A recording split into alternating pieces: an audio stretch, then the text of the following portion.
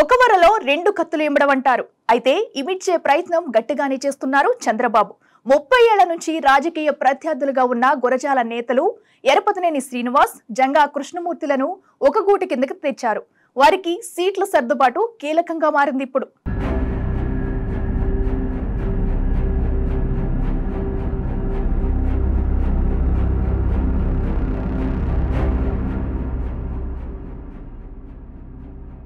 పల్నాడు జిల్లా గురజాల టీడీపీలో టికెట్ పంచాయతీ కొనసాగుతుంది. వైసీపీలో గురజాల టికెట్ దక్కలేదని ఆగ్రహం వ్యక్తం చేస్తూ టీడీపీ తీర్థం పుచ్చుకున్నారు ఎమ్మెల్సీ జంగా కృష్ణమూర్తి.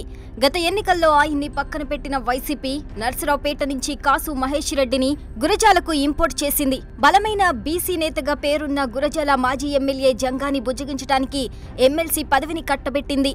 అయితే ఈసారి తనకు గురజాల అసెంబ్లీ టికెట్ ఇవ్వాలని ఎమ్మెల్సీ జంగా కృష్ణమూర్తి గట్టిగా పట్టుపట్టారు. అయినా పట్టించుకోకపోవడంతో వైసీపీని టార్గెట్ చేస్తూ టీడీపీలోకి వచ్చేశారు.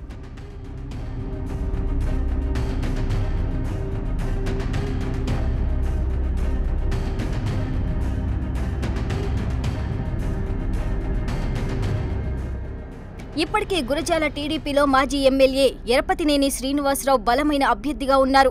ఒక రకంగా చెప్పాలంటే మాజీ స్పీకర్ కోడెల శివప్రసాదరావు మరణం తర్వాత ఎరపతినేనే పల్నాడు టీడీపీకి పెద్ద దిక్కుగా మారారు.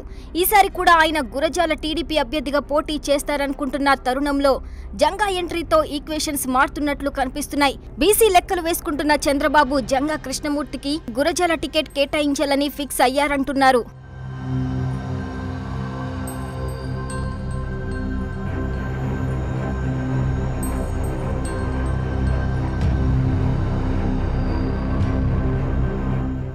టీడీపీ సీనియర్ నేత కమ్మ సామాజిక వర్గానికి చెందిన ఎరపతినేనినే నర్సరావుపేట నుంచి పోటీ చేయించాలని టీడీపీ అధినేత భావిస్తున్నారట.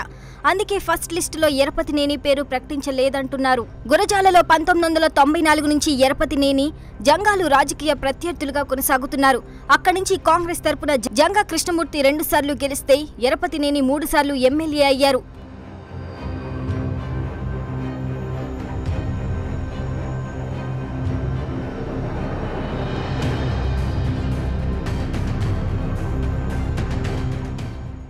ఇప్పుడు ఆ ఇద్దరు రాజకీయ ప్రత్యర్థులు ఒకే గుటికి చేరటంతో చంద్రబాబు క్యాస్ట్ ఈక్వేషన్స్ తో టికెట్లు కేటాయించే పనిలో పడ్డారంటున్నారు. ఈ నేపథ్యంలో గురజాల ఆశిస్తున్న ఎరపతినేనికి నర్సరావుపేట టికెట్ ఇవ్వాలని నిర్ణయించారట.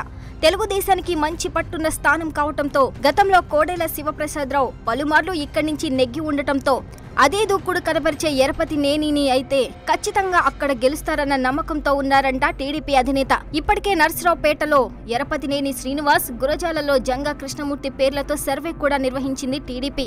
ఆ ఫోన్ సర్వేలో 2 చోట్ల పాజిటివ్ ఫలితాలే వచ్చాయంటున్నారు. మరి ఎరపతినేని డెసిషన్ ఎలా ఉంటుందో చూడాలి.